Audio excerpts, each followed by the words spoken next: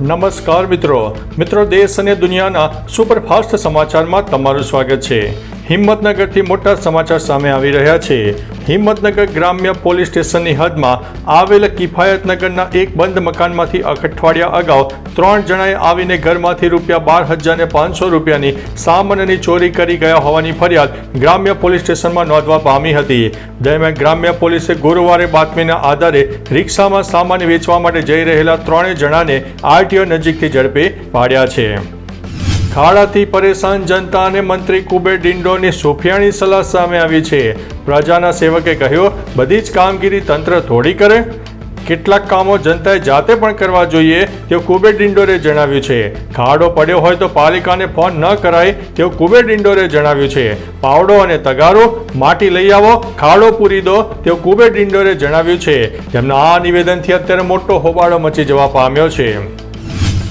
બેંગ્લોરથી ઝડપાઈ master mind મહિલા આતંકી, અલ-કાયદા અને પાકિસ્તાની લોકો સાથે તે સંપર્કમાં જોવા મળી રહી છે। પીએમ મોદી તેમના સંસદીય મત વિસ્તારના વારાણસીના પ્રવાસે હશે, ત્યાંથી ખેડૂતોને ખુશખબર આપશે। પ્રાપ્ત માહિતી અનુસાર પીએમ મોદી આજે 2 ઓગસ્ટ 2025ના રોજ સવારે લગભગ 11 વાગ્યે આ હપ્તો જાહેર કરશે। કંપનીઓએ ભાવમાં લગભગ ₹33.50 રૂપિયાનો ઘટાડો કર્યો છે। નવી કિંમતો ગઈકાલે શુક્રવાર 1 ઓગસ્ટથી અમલમાં આવી છે। તે જ સમયે ઘરેલું ગેસ સિલિન્ડરના ભાવ સમાન રહે છે, તેમાં કોઈ ફેરફાર કરવામાં આવ્યો નથી। 14 કિલોગ્રામ ઘરેલું ગેસના ભાવમાં છેલ્લે 8 એપ્રિલે ફેરફાર કરવામાં આવ્યો હતો, ત્યારબાદ ભાવ સ્થિર રહ્યા છે।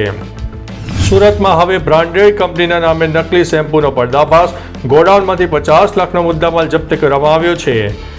આનંદો શરૂ થઈ રહી છે ભાવનગર અયોધ્યા ટ્રેન, રજીસ્ટ્રેશન કરો અને મુસાફરી તદ્દન ફ્રીમાં મેળવો। એમએલએ હાર્દિક પટેલની આંદોલનની ચીમકી, સીએમને લખ્યો પત્ર, તમે ભૂમિપૂજન કર્યું તેનું 1% પણ કામ થયું નથી। દાહોદમાં ચોમાસા ટાણે જ ખાતરની અછત સર્જાય છે, ખેડૂતોને અઠવાડિયાથી ખાતર માટે ધક્કા ખાવા પડી રહ્યા છે। બનાસકાંઠામાં દિવ્યાંગ બાળકીઓની કલાત્મક રાખડી બની છે સૌની પ્રિય, શાળાએ શીખવ્યો છે જીવનમાં પગભર થવાનો પાઠ।